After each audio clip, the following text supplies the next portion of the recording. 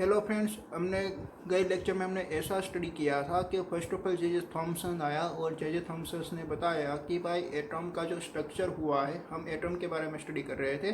तो एटम का जो स्ट्रक्चर बना हुआ है वो एक मीन्स के उसकी इनसाइड एक ऐसा कोई एक एलिमेंट होना चाहिए कि जो ऑक्सीडेशन से करने से उसमें से एक लाइट स्पेक्ट्रम फाइंड आउट हो रही है और एक कोई एलिमेंट नहीं है, वो एक हमारा इलेक्ट्रॉन है। ठीक है, अगर उसमें एक कोई इलेक्ट्रॉन है तो उसका नेट चार्ज होना चाहिए 0, तो उसमें ऑब्वियसली कोई पॉजिटिव चार्ज भी होता है। ठीक है, ओके। तो हमारा जो 92 एलिमेंट्स था, तो 92 एलिमेंट्स के डिफरेंट डिफरेंट करेक्टरिस्टिक का बना हुआ है और डिफरेंट डिफरेंट कलर की वो एक मीन्स के एक लाइट इमिटेट कर रहा है। अगर हम इसको एनर्जी देंगे तो इसमें से डिफरेंट डिफरेंट कलर की एक लाइट इमिटिंग हो रही थी। ठीक है, ओके। देन आफ्टर हमने स्टडी किया था कि भाई हमारा जो एटम्स बना हुआ है, तो एटम के इनसाइड हमारा अगर एक इलेक्ट्रॉन अगर एक हमारा एक पॉजिट्रॉन इसके एक पॉजिटिव चार्ज भी अवेलेबल है तो उसकी लोकेशन के बारे में हमने बातचीत की थी। तो हमने first of all J Thomson ने बताया कि जो हमारी जो डिज़ाइन होती है एटॉमिक की, जो डिज़ाइन होती है वो ऐसी होती है कि इसकी इनसाइड हमारा positive charge and negative charge एक रेंडमली डायरेक्शन में होता है, एक रेंडमली लोकेशन पे होता है। ठीक है, एक उसका कोई लोकेशन फिक्स नहीं होता, उसको बोलते हैं plum pudding model. Okay, then after उसका एक असिस्टेंट था एक रादरफोर्ड। तो रादरफोर्ड ने इसको एटम का जो डिज़ाइन बनाया था एक जे थॉमसन ने उसने स्टडी किया। देन आफ्टर उसने एक हाइपोथेसिस रखे कि मीन्स के उसका जो नेट चार्ज होता है पॉजिटिव चार्ज, ठीक है, वो पॉजिटिव चार्ज होता है at the centre of atoms and उसकी अराउंड में मूवमेंट करता है बाई इलेक्ट्रॉन। ठीक है, अगर यहाँ पे एक पॉजिटिव चार्ज है तो उसकी अराउंड एक इलेक्ट्रॉन रिवॉल्यूशन करते हैं, ऐसा उसने एक स्ट्रक्चर रखा। बट उसके पास कोई एविडेंस नहीं थे, तो उसकी लैब में उसका दो साइंटिस्ट था, उसका एक दो असिस्टेंट्स अवेलेबल था, एक गिंगर एंड मार्सर्स। तो गिंगर एंड मार्सर्स ने एक्सपेरिमेंट करके बताया कि अल्फा स्कैटरिंग का उसने एक रेडियो एक्टिव एलिमेंट लिया, उसमें से अल्फा पार्टिकल कंटिन्यूसली इमिट हो रहे थे। वो अल्फा पार्टिकल्स को उसने एक मीन्स के गोल्ड लिप पे हिट करवाया। ठीक है, तो गोल्ड लिप मीन्स के एक हेवी मटेरियल हमने कंसिडर किया था। ओके, तो हेवी मटेरियल कंसिडर किया था। उस एक्सपेरिमेंट का कंक्लूजन हमको मालूम है कि भाई सभी अल्फा पार्टिकल एक स्ट्रेट डायरेक्शन में जा रहे थे। within the 1 degree difference is a 10⁷ alpha particle is strike to the instant direction। ठीक है, विदाउट डेविएशंस। और ओनली फॉर 180 डिग्री वाला जो हमारा अल्फा पार्टिकल्स था वो एक रिबॉर्न हो रहा था। वो रिबॉर्न होने का इसके मीनिंग क्या था कि हमारा जो सेंटर में एक हेवी चार्ज अवेलेबल है, इसीलिए वो एक रिबॉर्न हुआ।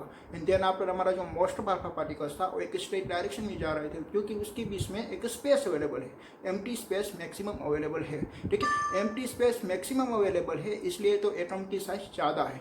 न्यूक्लियस की साइज ओनली फॉर 10⁻⁻14 है, और न्यूक्लियस तो हमारा एक सेंटर में था, और हमारा जो मीन्स के इलेक्ट्रॉन है वो इतनी डिस्टेंस पे है, मीन्स के 10,000 टाइम्स डिस्टेंस पे अवेलेबल है, इसलिए उसका जो स्ट्रक्चर बन रहा है वो एक स्ट्रक्चर बड़ा बन रहा है। ख्याल आया? ऐसा स्टडी हमने रादरफोर्ड एंड उसका जो असिस्टेंट था उसके रिगार्डिंग हमको फाइंड आउट हुई। देन आफ्टर हमको अभी रादरफोर्ड ने उसके बारे में स्टडी किया कि भाई हमारा जो एटम का जो स्ट्रक्चर फाइंड आउट हुआ है कि भाई at the centre is a positive charge and right of the distance, इसके पॉजिटिव चार्ज से लेकर थोड़ा डिस्टेंस पे हमारा यहाँ पे इलेक्ट्रॉन है। ठीक है, वो इलेक्ट्रॉन इसके एक रिवॉल्यूशन हो रहा है, एक इलेक्ट्रॉन का एक रिवॉल्यूशन हो रहा है। ओके, अगर इलेक्ट्रॉन के पास नेगेटिव चार्ज होता है और हमारा जो न्यूक्लियस के पास एक पॉजिटिव चार्ज होता है, तो इसमें एक कूलम्बियन फोर्स लगेगा, इसके इलेक्ट्रिकल फोर्स लगेगा। जो इलेक्ट्रिक फोर्स आप एक फर्स्ट चैप्टर में स्टडी कर रहे हो। ठीक है, तो फर्स्ट चैप्टर में आपका जो इलेक्ट्रिक फील्ड का जो एक चैप्टर है, इसमें आपका एक कूलम्बियन फोर्स का एक इक्वेशन आएगा कि भाई F = K Q1Q2/r²। क्या रहा है आपको, जो Q1 एंड Q2 आपका पास दो चार्ज पार्टिकल्स अवेलेबल है, न्यूक्लियस के पास भी एक पार्टिकल्स में इसके चार्ज पार्टिकल्स अवेलेबल है, और इलेक्ट्रॉन पास भी एक नेगेटिव चार्ज अवेलेबल है। ओके, तो दोनों में एक पॉजिटिव और नेगेटिव, तो पॉजिटिव और नेगेटिव मीन्स के अनलाइक चार्ज, यहाँ पे अनलाइक चार्ज होता है तो फ्रेंड्स उस पर एक अट्रैक्टिव वाला फोर्स लगता है। तो अट्रैक्टिव फोर्स लगता है तो ये इलेक्ट्रॉन वहाँ पे क्यों है, वो एक पॉजिटिव चार्ज से वो चिपक क्यों नहीं गए, क्या है आपको, उसके बीच में वो डिस्टेंस क्यों बना हुआ है। अगर उस पे पास एक कूलम्बियन फोर्स लग रहा है, और लगेगा ही, क्योंकि कूलम्बियन फोर्स दो चार्ज पार्टिकल्स का ही बना हुआ है। ठीक है, अगर ये दोनों charge particle opposite direct motion opposite है, आपका दो चार्ज पार्टिकल एक अपोजिट है, तो ऑब्वियसली अट्रैक्टिव फोर्स लगेगा। और अगर आपका चार्ज पार्टिकल दोनों सेम है, मीन्स एक लाइक चार्ज पार्टिकल्स है, तो रिपल्सिव फोर्स लगेगा ही। तो यहाँ पे आप देख रहे हो कि भाई सेंटर में एक पॉजिटिव है और यहाँ पे हमारा इलेक्ट्रॉन है, तो उसके इनसाइड एक एट्रैक्टिव फोर्स लगना चाहिए। तो एट्रैक्टिव फोर्स लगता ही है, तो एट्रैक्टिव फोर्स लगता है तो ये इलेक्ट्रॉन मीन्स के एक हाइट से लेके मीन्स के यहाँ पे चिपक क्यों नहीं जाता है, ऐसा उसने रादरफोर्ड ने स्टडी किया। और वैसे ही हम देख रहे हैं कि भाई हमारा सैटेलाइट में हमारे जो सन की अराउंड जो सपोज कि हमारा सन है तो उसकी अराउंड सभी जो प्लैनेट्स है वो एक रिवोल्यूशन हो रहे हैं। तो प्लेनेट के पास भी एक मास अवेलेबल है और सन के पास भी एक मास अवेलेबल है, ठीक है। ओके, तो दोनों के पास एक मास अवेलेबल है तो भी वो एक पर्टिकुलर डिस्टेंस पे एक रिवोल्यूशन हो रहा है, तो उस पर एक ग्रेविटेशनल फोर्स नहीं लगेगा। अगर ग्रेविटेशनल फोर्स लगेगा तो सन का तो मास बहुत से ज़्यादा है, तो हमारी अर्थ सन की टू अर्थ क्यों नहीं चली जाती, वो एक पर्टिकुलर डिस्टेंस बना के उसके अराउंड क्यों रिवोल्यूशन हो रही है। ख्याल है आपको, उस पर भी एक ग्रेविटेशनल फोर्स लग रहा है और gravitational force always attractive force होता है, वो एक रिपल्सिव फोर्स नहीं बन सकता। बट हमारा जो कूलम्बियन फोर्स है वो रिपल्सिव भी हो सकता है और एट्रैक्टिव भी हो सकता है। बट यहाँ लगने वाला है, यहाँ पे सेंटर में पॉजिटिव चार्ज है और यहाँ पे नेगेटिव चार्ज है, तो ऑब्वियसली एक एट्रैक्टिव फोर्स लगेगा। तो हमारा इलेक्ट्रॉन एक फिक्स ऑर्बिट पे क्यों रिवोल्यूशन हो रहा है और क्यों एक पॉजिट्रॉन के नियर नहीं आ रहा है, उसके रिगार्डिंग उसने स्टडी किया। क्या है आपको। बट हम फ्रेंड्स हम देख रहे हैं कि भाई हमारे सैटेलाइट में जो हमारी अर्थ है तो अर्थ के पास एक पर्टिकुलर वेलोसिटी अवेलेबल है, अर्थ के पास एक पर्टिकुलर वेलोसिटी अवेलेबल है, मीन्स के वो एक मोशन कर रहा है। क्या है, वो एक ऑर्बिट पे, एक फिक्स ऑर्बिट पे वो एक रिवोल्यूशन हो रही है, एक स्पिन भी हो रही है और एक मोशन भी हो रही है। क्या है, तो उसके पास एक मोशन अवेलेबल है। वैसा ही हमने यहाँ पे सोचा कि भाई हमारा इलेक्ट्रॉन के पास टिश्यू क्या होना चाहिए, भाई इलेक्ट्रॉन के पास भी एक मोशन होना चाहिए, मीन्स के वो एक रिवोल्यूशन करता है। अगर वो एक रिवोल्यूशन करता है तो उसकी सेंटर में एक फोर्स लगेगा, उसको हम बोलते हैं सेंटीपिटल फोर्स। ये सही, हमारी जो अर्थ है वो हमारी सन की अराउंड एक रिवोल्यूशन कर रही है, तो उसके सेंटर में एक जनरेट होने वाला एक सेंटीपिटल फोर्स। बट वो जो सेंटीपिटल फोर्स लग रहा है this is the gravitational force. But यहाँ पे हम इलेक्ट्रिक फील्ड के बारे में रिगार्डिंग बातचीत कर रहे हैं, तो वहाँ पे जो सेंटीपिटल फोर्स प्रोड्यूस हुआ दिस इज अ कूलम्बियन फोर्स के कारण प्रोड्यूस हुआ। चला है, ऐसा हमको फाइंड आउट हुआ। ओके, अगर हमारा जो इलेक्ट्रॉन एक फिक्स ऑर्बिट पे एक रिवोल्यूशन हो रहा है तो उसकी रेडियस कितनी होगी, उसके बारे में बातचीत करेंगे, ठीक है। कि भाई हमारा एक फिक्स मीन्स के एक पॉजिटिव चार्ज यहाँ पे सेंटर में अवेलेबल है और इलेक्ट्रॉन यहाँ पे थोड़ी एक डिस्टेंस पे अवेलेबल है, तो वो कितना डिस्टेंस होगा, वो कितनी रेडियस पे मीन्स के रिवोल्यूशन करेगा। ऐसा तो नहीं है ना कि भाई इतना भी डिस्टेंस हो सकता है, इतना भी डिस्टेंस हो सकता है, इतना भी डिस्टेंस हो सकता है। चला है, उसका कोई एक पर्टिकुलर एक फिक्स डिस्टेंस होता है, तो वो जो पर्टिकुलर फिक्स डिस्टेंस मीन्स के उसकी रेडियस कितनी होनी चाहिए। अगर वो एक रिवोल्यूशन कर रहा है, वो एक मोशन में है, तो उसकी भाई स्पीड कितनी होनी चाहिए।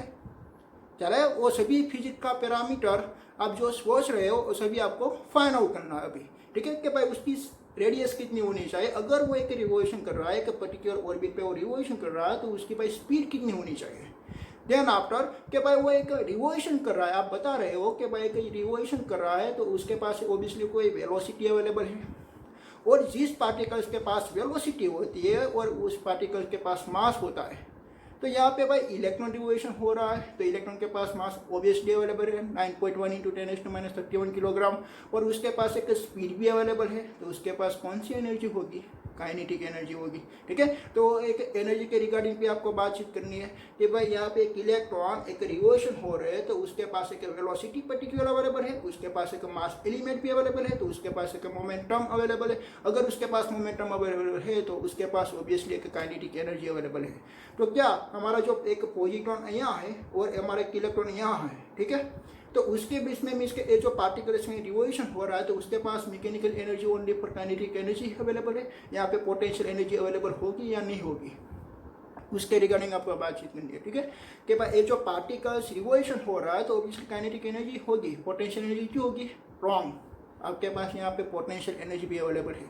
क्यों पोटेंशियल एनर्जी अवेलेबल है, जो हमारी पोटेंशियल एनर्जी है वो एक कन्फिगरेशन पे डिपेंडेंट है। मैंने अगली वीडियो में भी पोटेंशियल एनर्जी को मैंने डीप में एक्सप्लेन किया था, अभी मैं थोड़ा सा एक्सप्लेन कर रहा हूँ कि आपके पास एक बॉल अवेलेबल है, वो बॉल को आप अपर डायरेक्शन में फेंक रहे हो, तो उसका जो पॉइंटिंग का जो डिस्टेंस है, ये लोकेशन यहाँ पे और ये लोकेशन यहाँ पे, दोनों लोकेशन पे फोर्स लग रहा है। कौन सा force? Gravitational force in downward direction, but दोनों पॉइंट का लोकेशन डिफरेंट डिफरेंट है। अगर दोनों का लोकेशन डिफरेंट डिफरेंट है और उस पर एक सेम फोर्स लग रहा है तो उस पर एक पोटेंशियल एनर्जी ऑब्वियसली अवेलेबल है। तो वैसा ही यहाँ पे है ना कि भाई यहाँ पे एक पॉजिट्रॉन यहाँ पे है और एक इलेक्ट्रॉन यहाँ पे है, तो दोनों लोकेशन पे, दोनों पॉइंट पे एक फोर्स लग रहा है। कौन सा फोर्स लग रहा है भाई? Electrical force, not gravitational force. Gravitational force भी लगेगा, बट यहाँ पे इलेक्ट्रिकल फोर्स की जो स्ट्रेंथ है वो ज़्यादा है। क्या रहा है आपको ऐसे मालूम होगा पे मैं बता रहा हूँ कि इलेक्ट्रॉन के पास भी मास अवेलेबल है और प्रोटॉन के पास भी मास अवेलेबल है, तो ग्रेविटेशनल फोर्स क्यों नहीं लगेगा? ऑब्वियसली लगेगा, बट आपकी जो इलेक्ट्रिकल फोर्स है उसकी कंपैरिजन में से वो कम लगेगा। तो आपका इफेक्टिव फोर्स कौन सा फाइंड आउट हुआ? Electrical force. तो एक दोनों पॉइंट पे आपकी दोनों लोकेशन पे एक पॉजिट्रॉन और एक इलेक्ट्रॉन अवेलेबल है, तो दोनों लोकेशन पे एक इलेक्ट्रिकल फोर्स लग रहा है। अगर दोनों लोकेशन पे इलेक्ट्रिकल फोर्स लग रहा है और दोनों लोकेशन का जो डिस्टेंस है वो डिस्टेंस सेम नहीं है, अगर ये इलेक्ट्रॉन मैं यहाँ पे ले आऊँगा तो उसकी हाइट एच आपकी हो जाएगी 0, एच आपकी हो जाएगी 0, तो एच आपकी हो जाएगी 0, तो उसकी पोटेंशियल एनर्जी आ जाएगी 0। बट उसके पीछे में एक पर्टिकुलर डिस्टेंस अवेलेबल है, रेडियस इतना डिस्टेंस अवेलेबल है भाई, ठीक है। तो इसलिए उसके पास एक पोटेंशियल एनर्जी भी अवेलेबल है। तो एक मोशन कर रहा है तो उसके पास एक काइनेटिक एनर्जी अवेलेबल है। अगर उसका डिस्टेंस उसके बीच में कोई एक फिक्स डिस्टेंस अवेलेबल है तो उसके पास एक पोटेंशियल एनर्जी भी अवेलेबल है।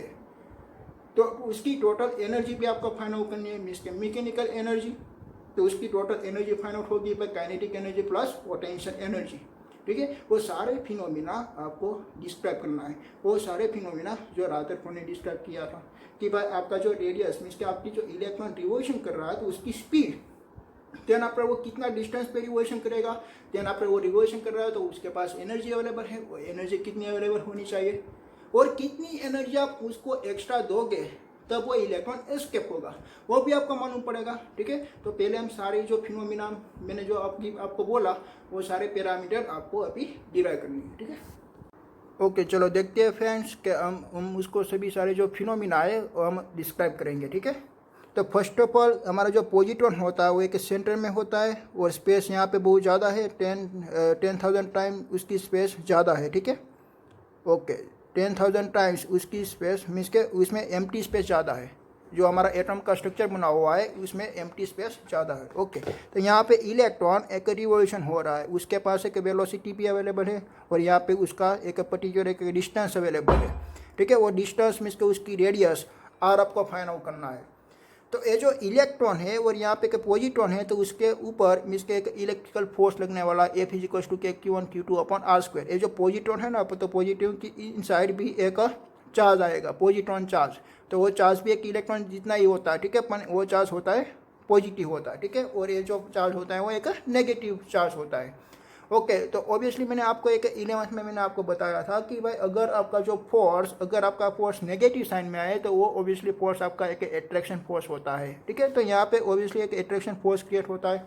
ओके तो ये जो इलेक्ट्रॉन है तो वो इलेक्ट्रॉन मीन्स के पॉजिट्रॉन से चिपक क्यों नहीं जाते, क्योंकि उसके पास एक वेलोसिटी अवेलेबल है, इलेक्ट्रॉन जाना चाहता है इस डायरेक्शन में, ठीक है। बट आप पॉजिट्रॉन यहाँ पे है ना तो पॉजिट्रॉन इलेक्ट्रॉन को बुला रहे हैं भाई कि भाई यहाँ पे आ जाओ, तो वो इस डायरेक्शन में उसके फोर्स लगाएगा। ओके उस डायरेक्शन में वो फोर्स लगाए तो इलेक्ट्रॉन जाना चाहता है इस डायरेक्शन में, पर वो मुड़ जाएगा, ऐसे आ जाएगा। देना पर वो वापस यहाँ पे फोर्स लगता है तो देना पर वो वापस यहाँ पे मुड़ जाती है ऐसी, तो देना पर वो वापस एक परपेंडिकुलर डायरेक्शन में फोर्स लग रहा है, कैसे एक 90 डिग्री पे वो फोर्स लग रहा है, ठीक है। ओके देना पर वो वापस मुड़ जाती है और वापस यहाँ पे फोर्स लगता है और ऐसे एक सर्कुलर मोशन वो बना लेती है, जैसे कि हमारी सन की अराउंड एक सभी सारे जो प्लैनेट्स मूवमेंट कर रहे ऐसी यहाँ पे पोजीशन फाइंड आउट हुई, ठीक है। तो सेंटर में एक फोर्स लग रहा है, वो सेंटर में जो फोर्स लगेगा उसको हम बोलेंगे भाई सेंटीपिटल फोर्स। तो सेंटीपिटल फोर्स का जो इक्वेशन आता है वो आता है mv²/r, वो आपने 11th में स्टडी किया, ऐसा ही कोई फिनोमिना से, ठीक है। ओके तो यहाँ पे जो सेंटीपिटल फोर्स की जो इफेक्ट बना रहा है वो कौन सा फोर्स है भाई? कूलम्बियन फोर्स है, ठीक है। तो दोनों की फोर्स की जो वैल्यू आएगी वो दोनों की वैल्यू क्या आएगी भाई? सेम ही आएगी, ठीक है। तो मैं यहाँ पे लिख देता हूँ कि भाई centripetal force is equals to electrical force. Okay तो सेंट्रीपिटल फोर्स का इक्वेशन होता है mv²/r, ठीक है, उसके पास एक स्पीड मीन्स के mv²/r। ध्यान आपका कूलम्बियन फोर्स, तो कूलम्बियन फोर्स का मैं पहले यहाँ पे इक्वेशन लिख देता हूँ, आपको अभी याद रखना है। ध्यान पर मैं आपको डीप में समझाऊंगा चैप्टर नंबर 1 में, ठीक है। तो यहाँ पे F = K Q1 Q2/r², ये r² उसके बीच का डिस्टेंस है। यहाँ पे 2 charge particles available, this is the Q1, this is the Q2। तो Q1 हम ले लेते हैं इलेक्ट्रॉन, Q2 हम ले लेते हैं पॉजिट्रॉन, उसके बीच का डिस्टेंस यहाँ पे r अवेलेबल है। और दिस K = कूलम्बियन कांस्टेंट, और उसकी वैल्यू होती है K = 1/4πε0। ऐसा मैंने आपको आगे भी बताया था, अभी भी मैं आपको बता रहा हूँ, ठीक है। ओके, क्योंकि ये पोर्शन हमारा चला नहीं हुआ। ओके, देन आप हम यहाँ पे ऐसे लिख देते हैं कि भाई यहाँ पे K की वैल्यू पहले रख देते हैं, तो 1/4πε0 होगी। Q1 = हम ई लिख सकते हैं ना, ई। ओके, तो यहाँ पे मैं नेगेटिव चार्ज पार्टिकल लिख दिया, ठीक है। और यहाँ पे पॉजिट्रॉन मीन्स के पॉजिटिव, वापिस मैंने ई लिख दिया, और उसके बीच का जो डिस्टेंस है वो है r² अवेलेबल है, ठीक है। हमको पहले फाइंड आउट करने के उसकी रेडियस, ये जो डिस्टेंस पर्टिकुलर फाइंड आउट हुआ है, तो वो रेडियस उसकी कितनी होगी। देन आपको सेकंड हमको फाइंड आउट करना कि वो मूवमेंट कर रहा है तो उसकी वेलोसिटी कितनी होगी। तो सेकंड हमको फाइंड आउट करना उसकी वेलोसिटी।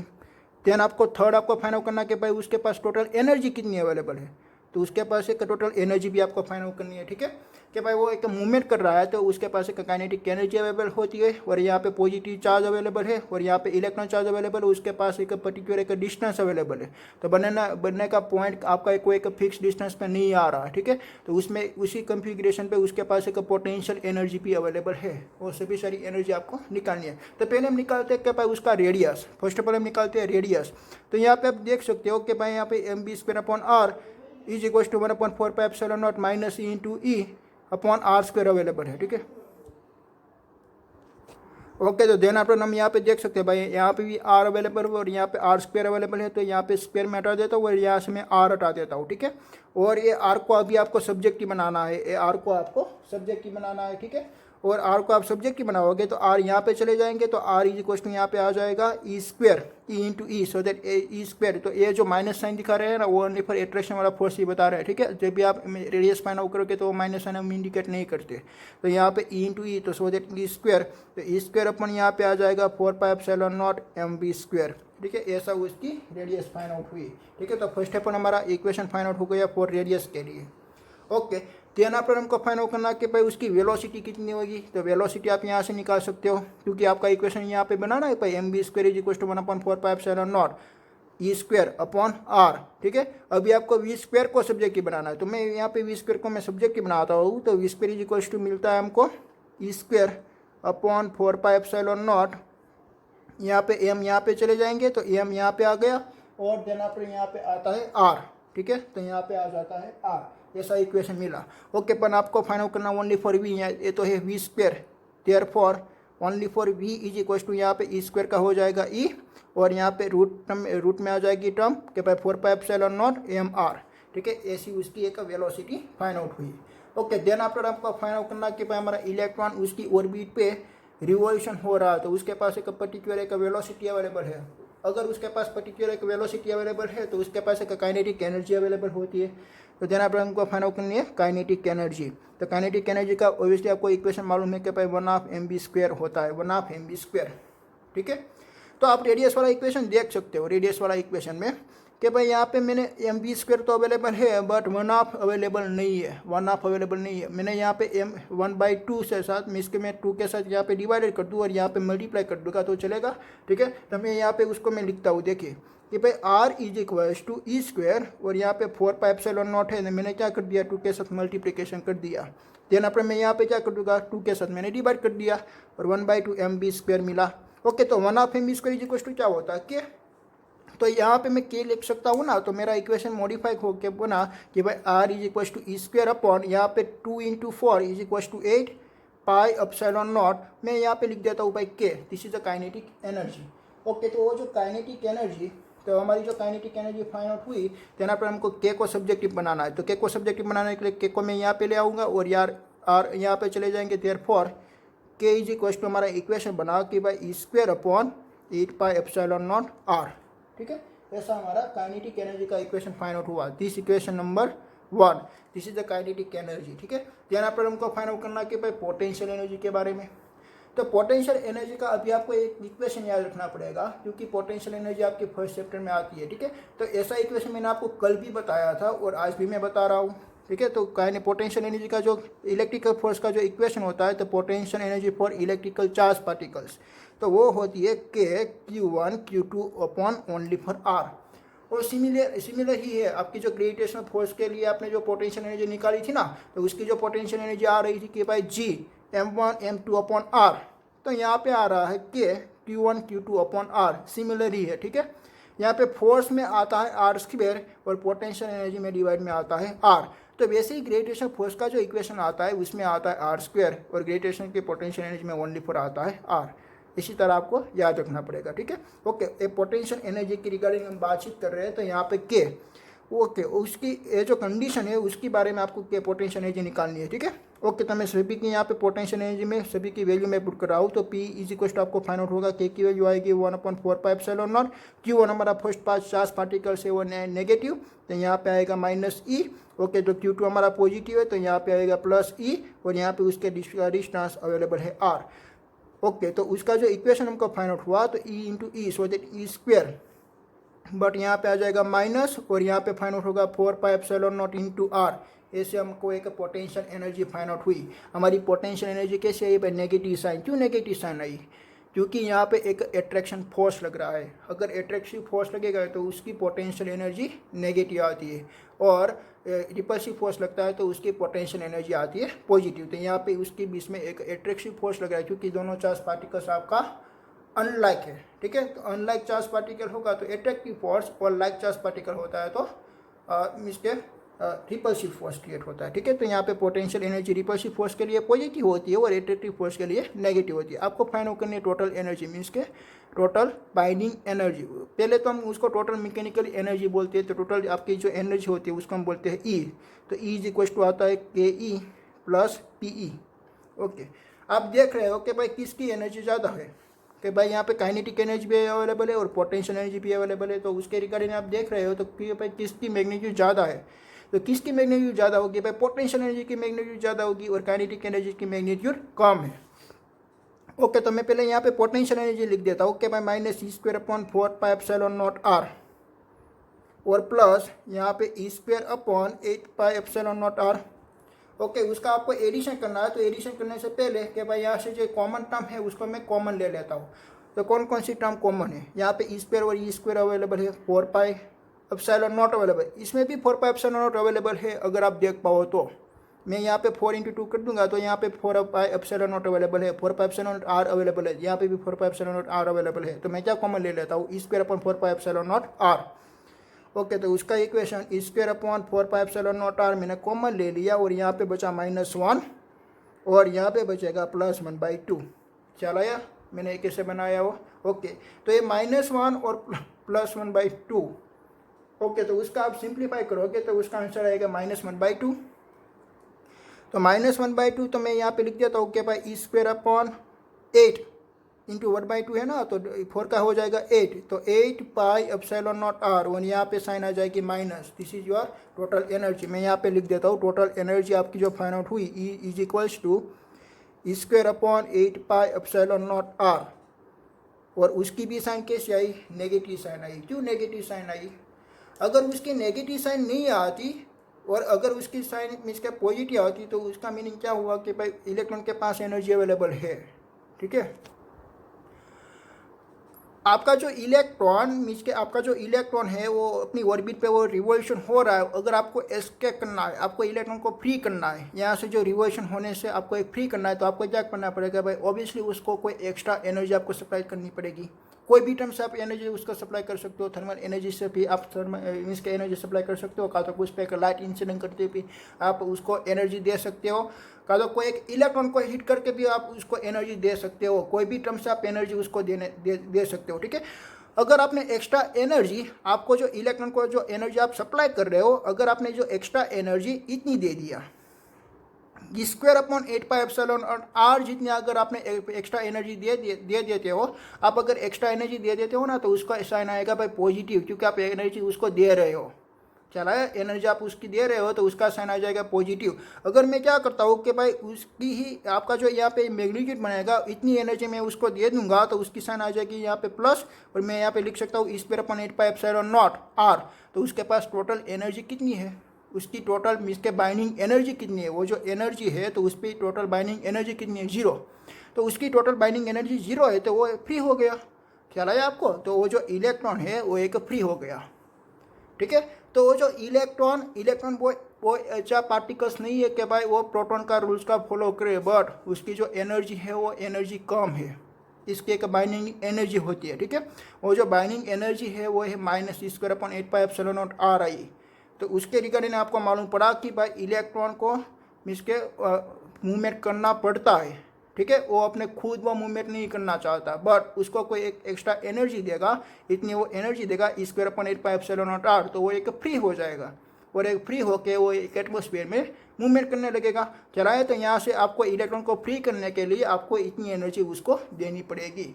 तो वो जो एनर्जी फाइंड आउट हुई है, वो जो एनर्जी फाइंड आउट हुई है उसको हम बोलते हैं बाइंडिंग एनर्जी। वो जो बाइंडिंग एनर्जी है वो एक नेगेटिव है, क्योंकि यहाँ पे फोर्स लगता है एट्रैक्शन फोर्स।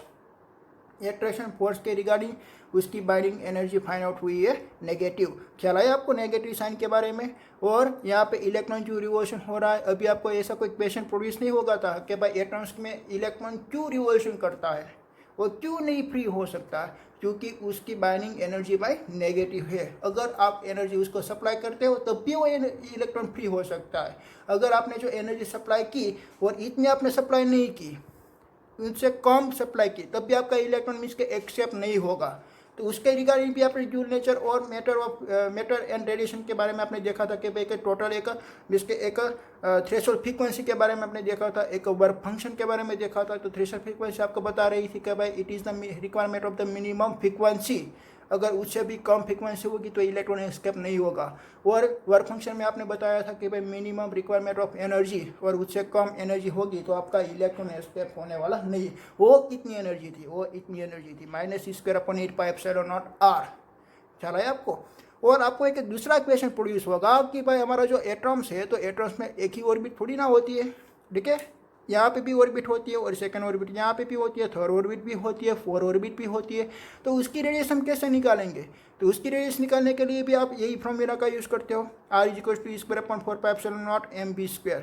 ख्याल आया आपको। तो उसकी फॉर्मूला की निकालने के लिए आप यही फॉर्मूला यूज़ करोगे, और यही फॉर्मूला सबके लिए मीन्स के बेस्ट मीन्स के आपके सबकी रेडियस के लिए आप उसकी फॉर्मूला आप यूज़ करोगे।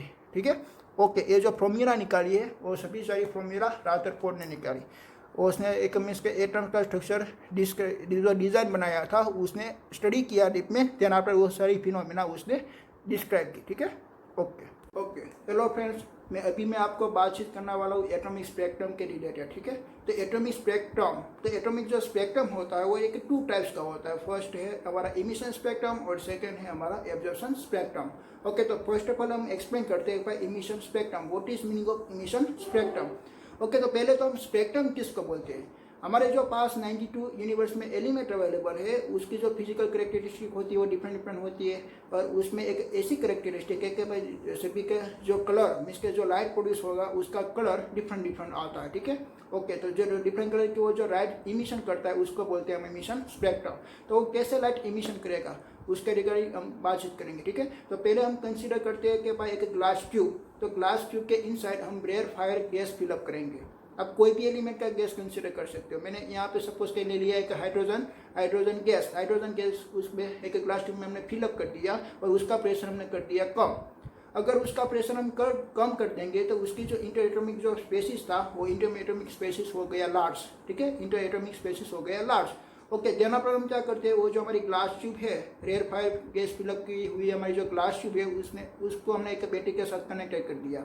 बैटरी के साथ कनेक्टेड करने से उसको एक इलेक्ट्रिकल एनर्जी सप्लाई हो गई। तो इलेक्ट्रिकल एनर्जी सप्लाई होगी तो वो एक हमारी जो ग्लास ट्यूब थी वो एक चमकने लगी कोई एक पर्टिकुलर कलर से। ओके, तो वो एक पर्टिकुलर कलर आपको देख सकते हो। ठीक है, तो वो जो पर्टिकुलर आपको देख के आप बता नहीं सकते हो कि भाई this is the colour this. तो आपको जो फाइंड आउट करने के लिए आपको क्या करना पड़ेगा, एक स्पेक्ट्रोग्राफी करना पड़ेगा। तो स्पेक्ट्रोग्राफी हम किस तरफ से करेंगे, आपको एक स्क्रीन कंसिडर करनी पड़ेगी, एक स्पेक्ट्रम स्क्रीन उसको बोलते हैं, ठीक है। ओके, सपोज कि एक टाइप की एक स्पेक्ट्रम स्क्रीन अवेलेबल है, वो एक स्पेक्ट्रम स्क्रीन ऊपर एक डिफरेंट कलर यहाँ पे आइडेंटिफाई करे हुए होते हैं और उसके बाजू में उसके एक वेवलेंथ लगी हुई है, ठीक है। सभी सारे जो कलर यहाँ पे आइडेंटिफाई हुए हैं और सभी की यहाँ पे वेवलेंथ लगी हुई होती है, उसको हम बोलते हैं एक स्पेक्ट्रम स्क्रीन। तो ये है हमारी एक स्पेक्ट्रम स्क्रीन, ठीक है। ओके, हमने क्या किया कि भाई यहाँ पे हमने एक ग्लास ट्यूब कंसीडर की, वो ग्लास ट्यूब को एक बैटरी के साथ कनेक्टेड किया और स्विच ऑन की, तो उसको एक इलेक्ट्रिकल एनर्जी सप्लाई हुई। तो इलेक्ट्रिकल एनर्जी सप्लाई होने से हमारे ग्लास ट्यूब में से एक लाइट प्रोड्यूस हुई और लाइट को हमने इंसिडेंट कर दिया एक स्पेक्ट्रोग्राफी पेपर पे, ठीक है। तो स्पेक्ट्रोग्राफी पेपर पे एक पर्टिकुलर लोकेशन पे एक कलर फाइंड आउट हुआ, ठीक है। एक पर्टिकुलर लोकेशन पे एक कलर फाइंड आउट हुआ और उसकी वेवलेंथ यहाँ पे लगी हुई होती है, ठीक है। ओके, ध्यान आप हमने क्या किया कि पहले हमने सोडियम गैस की वेपर ली थी, एक हाइड्रोजन गैस की वेपर ली थी, ध्यान आप हम लेते हैं सोडियम गैस की वेपर। हमने सोडियम गैस को इनसाइड फिलअप किया और उसको हमने इलेक्ट्रिकल एनर्जी सप्लाई कर दिया। तो यहाँ पे हमने स्पेक्ट्रोग्राफी पेपर में हम देख रहे थे भाई येलोविश कलर मिल रही है, तो उसकी आइडेंटिफाई क्या हुई, सोडियम की आइडेंटिफाई क्या हुई कि भाई उसमें से एक लाइट जो जनरेट होती है वो लाइट जनरेट होती है येलोविश कलर की। चला है, आप जो घर में आप लाइट यूज कर रहे हो ना, वो भी यही फिनोमिना से लाइट जनरेट हो रही है, ठीक है। तो येलोविश कलर की जो लाइट प्रोड्यूस होती है, तो इसमें इनसाइड सोडियम गैस की वेपर फिलअप करी हुई होती है, ठीक है। ओके, तो सोडियम जो गैस की जो वेपर यहाँ पे जो सोडियम गैस के लिए जो येलोविश कलर मिला, तो येलोविश कलर की यहाँ पे पर्टिकुलर एक वेवलेंथ लगी हुई होती है। देन अपन हम क्लोरीन लाते हैं, तो क्लोरीन की वेपर हम कंसिडर यहाँ पे कि उसको हम इलेक्ट्रिक एनर्जी सप्लाई करेंगे। तो यहाँ पे जो क्लोरीन कलर का जो लाइट प्रोड्यूस करेगा, यहाँ पे एक लाइट इंसिडेंट हुई और लाइट पे यहाँ के रिगार्डिंग यहाँ पे उसकी एक वेवलेंथ लगी हुई होती है, ठीक है। ओके, उसका आप यूज़ कैसे करोगे, अगर आपके पास कोई एक अननोन पाउडर अवेलेबल है, वो अननोन पाउडर में आपको आइडेंटिफाई करना है कि भाई वो जो पाउडर है, तो पाउडर की इनसाइड कौन कौन सा मटेरियल प्रेजेंट है, कौन कौन सा एलिमेंट प्रेजेंट है, वो आपको आइडेंटिफाई करना है। तो आप क्या करते हो, पाउडर की गैस बनाते हो, पाउडर की वाली जो गैस को आपको एक ग्लास ट्यूब में आप कंसिडर करते हो और दोनों साइड से आप बैटरी के साथ कनेक्ट कर देते हो और बैटरी से आप स्विच ऑन करते हो, तो उसमें से एक इलेक्ट्रिक फील्ड प्रोड्यूस होती है। ओके, तो इलेक्ट्रिक फील्ड आप मीन्स के उस पर सप्लाई करते हो, मीन्स के उसको एनर्जी देते हो, इलेक्ट्रिकल एनर्जी आप उसको देंगे। तो यहाँ से आप देख रहे हो कि भाई यहाँ पे येलोविश कलर भी मिल रहा है, एंड देन आप जैसे ही क्लोरीन का मिल रहा था वैसे यहाँ पे क्लोरीन का कलर भी मिल रहा है। तो उससे आपको क्या मालूम पड़ा कि भाई उसके इनसाइड एक सोडियम भी अवेलेबल है और क्लोरीन भी अवेलेबल है। तो वो जो पाउडर था वो क्या था, NaCl क्या रहा है, ऐसे आप उसको आइडेंटिफाई कर रहे हो। तो वो जो कलर मीन्स का प्रोड्यूस कर रहा है, this is the blue print of the atoms. सभी सारे जो आपका मीन्स के जो पार्टिकल्स है, वो सभी सारे पार्टिकल्स की ब्लू प्रिंट होती है उसका कलर, ठीक है। वो कलर से आप आइडेंटिफाई कर सकते हो कि भाई इस पाउडर में ए वाला एलिमेंट प्रेजेंट है, ख्याल आया। तो यहाँ से देखते हैं हम कि भाई लाइट इमिशन हो रही है, तो ये वाला जो स्पेक्ट्रम मिला, तो वो स्पेक्ट्रम को हम बोलते हैं भाई इमिशन स्पेक्ट्रम, ठीक है। यही तो हम बोलते हैं इमिशन स्पेक्ट्रम। ओके, सेकेंड वाला हमको देखना है कि भाई absorption spectrum. Okay, absorption spectrum देखने के लिए मैं यहाँ पे एक प्रिज्म लगा देता हूँ, एक प्रिज्म मैंने यहाँ पे एक प्रिज्म पुट किया और यहाँ से मैंने एक सनलाइट को इंसिडेंट करवाया। सनलाइट को पहले मैंने इंसिडेंट किया प्रिज्म में से, तो प्रिज्म में से एक सन जो व्हाइट लाइट आई, जिसका सनलाइट होती है एक व्हाइट लाइट, तो व्हाइट लाइट का एक स्पेक्ट्रम यहाँ पे मैंने स्क्रीन पे लिया। तो मैंने स्क्रीन पे देखा कि भाई सभी सारे कलर यहाँ पे प्रेजेंट है, क्योंकि व्हाइट लाइट के पास सभी सारे कलर प्रेजेंट होते हैं। उसका डिवीजन हुआ, तो पहले सभी जो फर्स्ट वाला कलर मिला मेरे को मिला एक रेड कलर, एंड लास्ट वाला जो कलर मिला वो ब्लू कलर मिला, क्योंकि रेड कलर की फ्रीक्वेंसी सबसे कम होती है और ब्लू कलर की फ्रीक्वेंसी सबसे ज़्यादा होती है। तो किसका डेविएशन मीन्स के बेन होना, किसका बेन ज़्यादा होगा, ब्लू कलर का बेन ज़्यादा होगा, इसलिए मुझे एक लास्ट में मिला। और रेड कलर का बेन कम होगा, इसलिए वो एक फर्स्ट पर मिला। और उसकी भी यहाँ पे एक वेवलेंथ रखी हुई होती है सभी सारे की, ठीक है। एक स्पेक्ट्रोग्राफी पेपर पे, हम स्पेक्ट्रोग्राफी पेपर पे देखते हैं कि सभी सारे कलर यहाँ पे प्रेजेंट है। तेना पर हम क्या करते हैं, यहाँ से एक व्हाइट लाइट को इंसिडेंट किया और बीच में हमने रख दिया एक ग्लास ट्यूब, हमने एक हाइड्रोजन वाली एक ग्लास ट्यूब रख दी। तो पहले हमने जो व्हाइट लाइट नहीं थी ना, एक व्हाइट लाइट नहीं थी, तब हमको एक यहाँ पे हाइड्रोजन कलर की पर्टिकुलर एक हमको कलर मिल रही थी, एक ही कलर मिल रही थी, ठीक है। जहाँ पे आपको हाइड्रोजन की जो कलर मिल रही थी वही लोकेशन पे अभी आपको एक ब्लैक लाइन नजर आएगी, ख्याल आया आपको।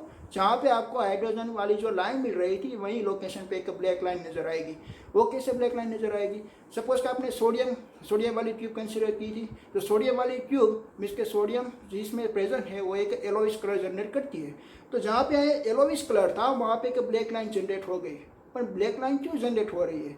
यहाँ से हमने सनलाइट को इंसिडेंट करवाया तो यहाँ पे येलो कलर तो प्रेजेंट है, और जहाँ पर आप देख रहे हो कि हमारे पास एक सोडियम की ट्यूब अवेलेबल है, उसमें आपको एनर्जी देंगे तो आप एनर्जी देंगे तो इसमें से भी येलो कलर निकलती है, तो यहाँ से डबल येलो क्यों नहीं प्रेजेंट है? मिस्टेक उसकी इंटेंसिटी, येलो कलर की इंटेंसिटी यहाँ पे ज़्यादा होने से बदले यहाँ पे mistake dark line, mistake black colour आपको क्यों फाइंड आउट हुए? और ब्लैक कलर हम किसको बोलते हैं? यहाँ पे कोई कलर ही नहीं प्रेजेंट हो, जहाँ पे एक कलर भी नहीं प्रेजेंट होती है वहाँ पे कोई भी कलर नहीं प्रेजेंट होते, वहाँ पे एक ब्लैक कलर हमको मिलते हैं। चला है आपको?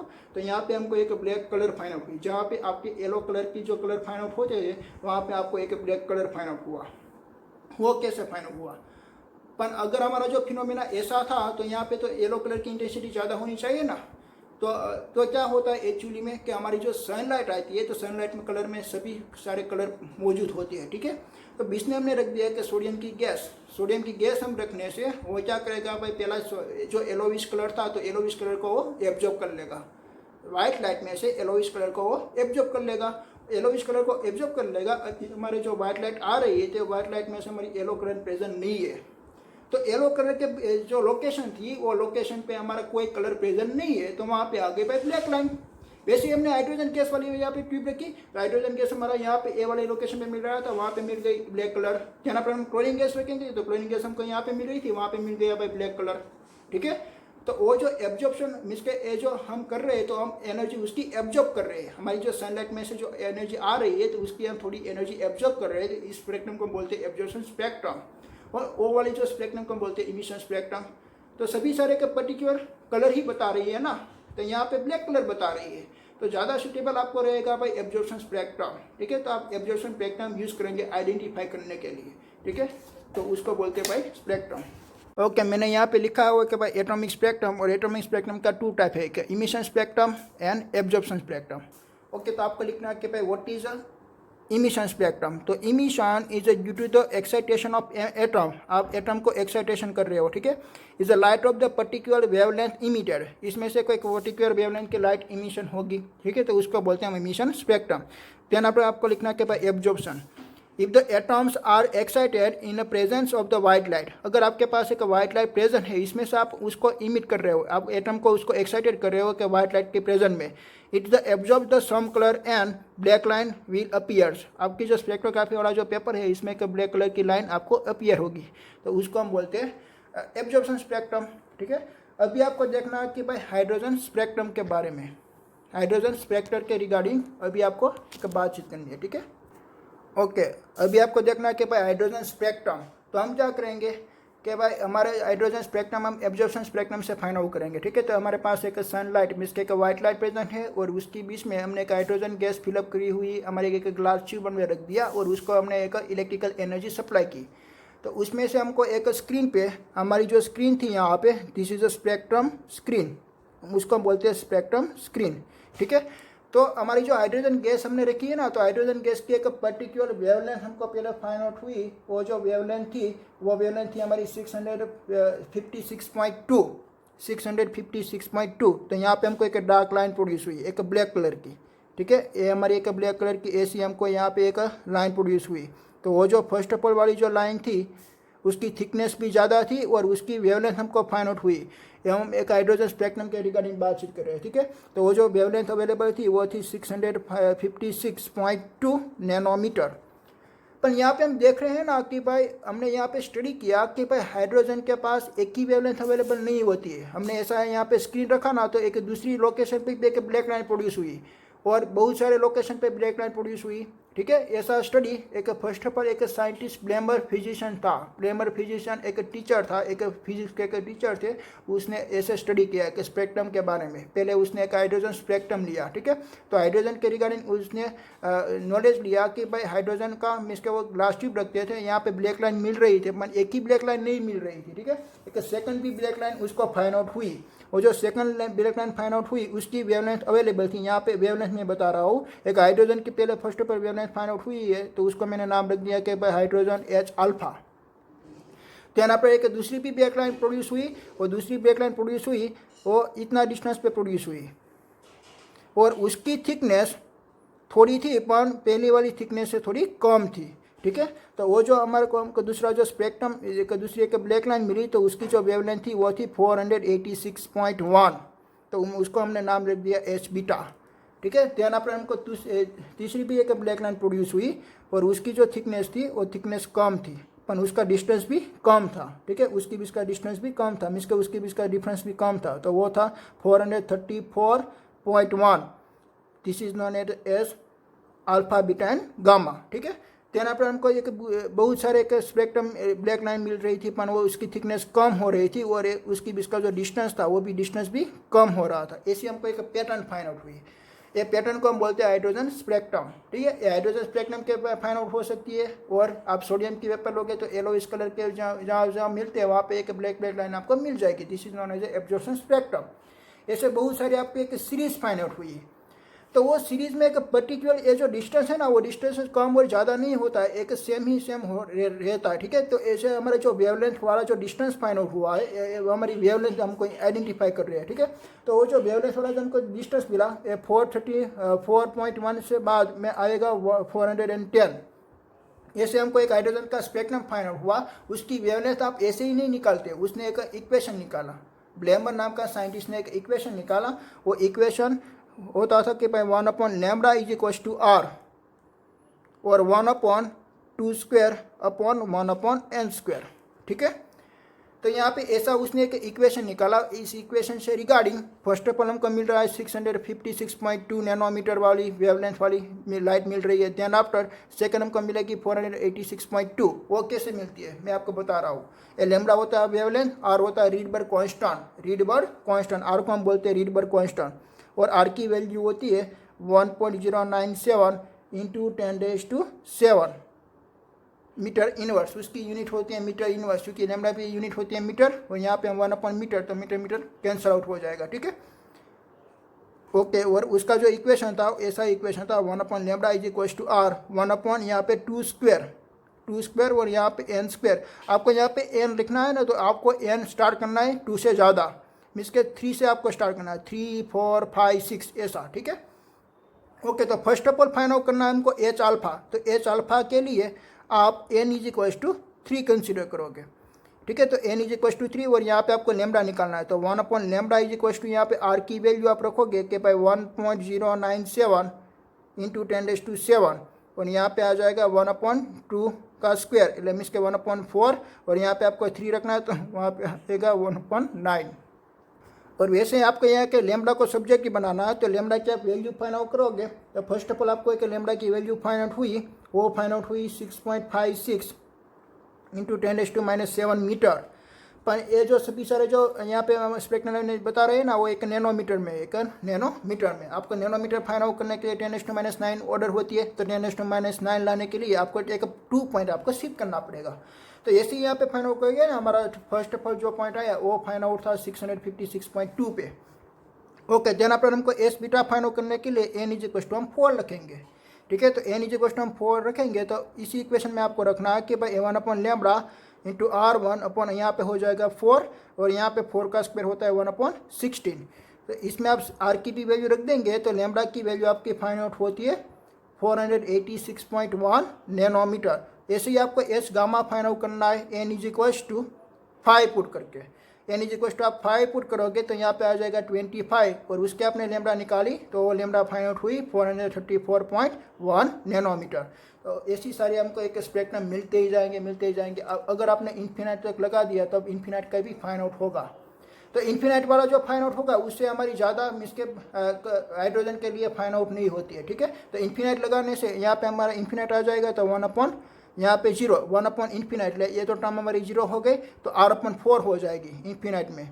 ठीक है, तो आपको n is equal to infinite put करना है तो यहाँ पे आता है 1/λ इज इक्वल टू r/4 और उसके आप वैल्यू रखेंगे तो इन्फिनाइट का भी उसकी लास्ट वाली रेंज उसकी फाइंड आउट होगी। वो जो लास्ट वाली रेंज थी उसकी वेवलेंथ फाइंड आउट हुई 364.6 नैनोमीटर। जो लास्ट वाली वेवलेंथ थी वो वेवलेंथ हमको फाइंड आउट हुई 364.6 नैनोमीटर। ठीक है, ऐसा हमारा एक हाइड्रोजन का स्पेक्ट्रम फाइंड आउट हुआ। और जो स्पेक्ट्रम फाइंड आउट किया था वो फर्स्ट ऑफ ऑल साइंटिस्ट था वो था ब्लेमर। तो ब्लेमर ने जो फाइंड आउट किया था ना एक विजिबल लाइट के लिए फाइंड आउट किया था। तो दूसरे सारे साइंटिस्टों ने सोचा कि भाई ये विजिबल लाइट के हमको स्पेक्ट्रम मिलते हैं क्या, हमारा जो हमको जो विजिबल नहीं है उसका स्पेक्ट्रम को मिलता है कि नहीं मिलता है। चला है visible light it is a electromagnetic wave, और दूसरी भी सारी जो वेव होती है लाइक दिस अल्ट्रावायलेट रे, इंफ्रा रे, ये हमको विजिबल नहीं है। तो अल्ट्रावायलेट लाइट के लिए जो फ्रीक्वेंसी होती है ना, वो फ्रीक्वेंसी हमारी विजिबल लाइट से ज़्यादा होती है। तो विजिबल अल्ट्रावायलेट लाइट के बारे में सोचने के लिए एक दूसरा साइंटिस्ट आया, वो साइंटिस्ट था लेमन साइंटिस्ट, ठीक है। तो लेमन ने एक सीरीज़ बनाया, तो उसको हम बोलते हैं लेमन सीरीज़। और पहले तो सीरीज़ बनाई थी ब्लेमर ने एक विजिबल लाइट के लिए, ठीक है। तो विजिबल लाइट की जो फ्रीक्वेंसी होती है वो फ्रीक्वेंसी एक अल्ट्रावायलेट से कम होती है। तो ये जो ब्लेमर सीरीज हम उसको बोलेंगे भाई ब्लेमर सीरीज, वो जो सारी सीरीज हमको फाइंड आउट की it is known as a Balmer series. तो ब्लेमर सीरीज विजिबल लाइट के लिए फाइंड आउट हुई थी, ठीक है। तो ब्लेमर सीरीज को हम बोलेंगे विजिबल लाइट के लिए, ठीक है। ओके, देन आफ्टर हमको एक दूसरी सीरीज देखनी है। तो हमारी जो फर्स्ट ऑफ ऑल हम सीरीज देखेंगे, तो फर्स्ट ऑफ ऑल सीरीज हमारी थी Lyman series, Lyman series. Okay, तो हमारी जो लेमन सीरीज है ना, वो एक अल्ट्रावायलेट लाइट के लिए है, अल्ट्रावायलेट लाइट। तो अल्ट्रावायलेट लाइट की जो फ्रीक्वेंसी होती है हमारी विजिबल लाइट से ज़्यादा होती है। अगर फ्रीक्वेंसी ज़्यादा है तो उसकी वेवलेंथ क्या होनी चाहिए भाई, कम आनी चाहिए। तो वेवलेंथ कम करने के लिए हमने यहाँ पे उसका जो इक्वेशन था 1/λ is equal to R Rydberg constant, और यहाँ पे था 1/1 का स्क्वायर, हमने यहाँ पे कर दिया 1/1 का स्क्वायर, और यहाँ पे आ जाएगा 1/n स्क्वायर। तो यहाँ पे आपको n स्टार्ट करना, n इज इक्वल टू 2 से, 2, 3, 4 n 5 से स्टार्ट करना, ठीक है। तो लेमन सीरीज के पास उसकी फ्रीक्वेंसी ज़्यादा होती है, फ्रीक्वेंसी ज़्यादा होती है तो हमको वेवलेंथ ज़्यादा करने के लिए हमने यहाँ पे 1/1 स्क्वायर लिखा हुआ है। तो यहाँ पर दूसरी आएगी ब्लेमर सीरीज, ब्लेमर सीरीज का यहाँ पे इक्वेशन हमने लिखा है कि भाई 1/λ is equal to R 1/2 square minus 1/n square. तो यहाँ पर हमको दूसरी सीरीज देखनी है इंफ्रारेड के बारे में, ठीक है। ओके, नेक्स्ट एक तीसरा साइंटिस्ट आया, एक पार्सन सीरीज, उसने उसका नाम था पार्सन, उसके बाद रिगार्डिंग उसने एक बना दिया एक पार्सन सीरीज। और जो पार्सन सीरीज था उसकी जो फ्रीक्वेंसी थी वो विजिबल लाइट से कम थी, मीन्स के इंफ्रारे, पर इंफ्रारेड भी हमारा विजिबल नहीं है, इंफ्रारेड भी हम विजिबल नहीं कर पाते रहे, ठीक है। तो इंफ्रारेड मीन्स के रीजन्स, इंफ्रारेड रीजन के बारे में उसने निकालिया। तो उसका जो वेवलेंथ फाइंड आउट हुआ था उसका इक्वेशन था 1/λ इज इक्वल टू आर, यहाँ पे आ जाएगा 3 का स्क्वायर और माइनस 1/n स्क्वायर। हमको n स्टार्ट करना है 4 से, n is equal to 4, 5 and 6, और उसका भी एस अल्फा बीटा और गामा मिलेगा, ठीक है। उसका भी एस अल्फा बीटा और गामा मिलता है, ठीक है, same to same S I. और फोर हमारा एक 4 नंबर का साइंटिस्ट आया और उसका नाम था ब्रैकेट्स। तो उसके रिगार्डिंग उसने एक ब्रैकेट सीरीज फाइंड आउट की। वो जो ब्रैकेट सीरीज थी वो भी एक इंफ्रारे पे भी फाइंड आउट हुई थी, ठीक है। तो उसका भी रीजन इंफ्रारे ही था। तो यहाँ पे हम लिखेंगे 1/λ आर, और यहाँ पे हम लिखेंगे 4 स्क्वायर और माइनस 1/n स्क्वायर। तो यहाँ पे n हम स्टार्ट करेंगे 5 से, 5, 6 and 7 से। तो यहाँ पर एक दूसरा साइंटिस्ट आया और उसका नाम था पी फन। तो उसने निकाला भाई पी फन सीरीज। तो पी फन सीरीज भी था हमारी एक इंफ्रारेड के लिए ही, इंफ्रारेड के लिए हमने फाइंड आउट की थी इंफ्रारेड, ठीक है। ओके, तो उसकी जो इक्वेशन आई थी वो भी 1/λ is equal to R 1/5 square minus 1/n square, और यहाँ पे हम n स्टार्ट करेंगे 6, 7 और 8 से। ऐसी सारी हमको एक सीरीज निकाली, ठीक है। वो सभी सारी सीरीज आपको याद रखनी है क्योंकि वो न्यूमेरिकल में आपको काम इसका न्यूमेरिकल में यही इक्वेशन को आपको यूज़ करना है, ठीक है। ओके, तो रीड बेर कॉन्स्टेंट की वैल्यू भी आपको याद रखनी है, वो सारी सीरीज भी आपको याद रखनी है। पहले ब्लेमर नाम का साइंटिस्ट आया था, उसने एक विजिबल लाइट के लिए फाइंड आउट किया था। देन आपने एक लेमन नाम का साइंटिस्ट आया, उसने एक अल्ट्रावायलेट लाइट की frequency find out, ultraviolet light का वेवलेंथ फाइंड आउट करने के लिए उसने इक्वेशन निकाला। देन आपने आया भाई एक पार्सन नाम का साइंटिस्ट और उसने एक इंफ्रारेड पे वर्क किया। देन आपने ब्रैकेट सीरीज, उसने भी एक इंफ्रारेड पे वर्क किया। देन आपने पी फन सीरीज, उसने भी एक इंफ्रारेड पे वर्क किया, ठीक है। तो ऐसे सारी उसने एक सीरीज निकाला।